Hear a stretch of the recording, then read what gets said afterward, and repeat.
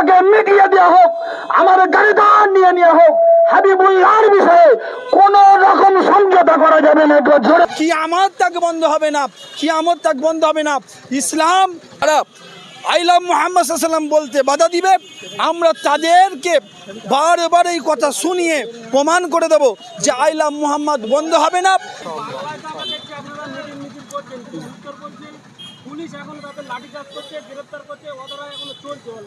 ওই জন্যই বাংলার সরকারকে বলতে চাই, আপনারা এমএলএ এমপিগুলো হয়ে বসে রয়েছেন, আপনারা পার্লামেন্টে গিয়ে বলতে পারেন না শুধু ওখানে যে সরকারের টাকা নিচ্ছেন, সরকার আমাদের টাকাই চলে, আমাদের ট্যাক্সের টাকাই চলে।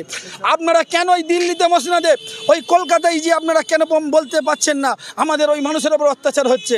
আপনার সংখ্যালঘুর ভোট নেবেন আর সংখ্যালঘুর বিপক্ষে আপনাদেরকেও একদিন এই মুসলমান ওই গদি থেকে ছুড়ে ফেলবে। হাবিবুল্লাহর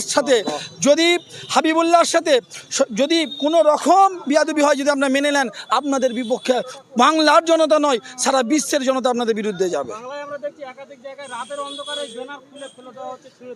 ওগুলো কিছু অশুভ শক্তি 26 ইলেকশন রয়েছে, রানিং সরকারের বিরুদ্ধে যেন চলে যায়, যেন ভাগ হয়ে যায়, সেটা পরিকল্পনা করে চক্রান্ত করে বিজেপির দালাল, আরএসএসের দালাল, মুসলমানের দুশ্মন, বাংলার দুশ্মন, হিন্দুদের দুশ্মনরা ও ধরনের চক্রান্ত চালাচ্ছে।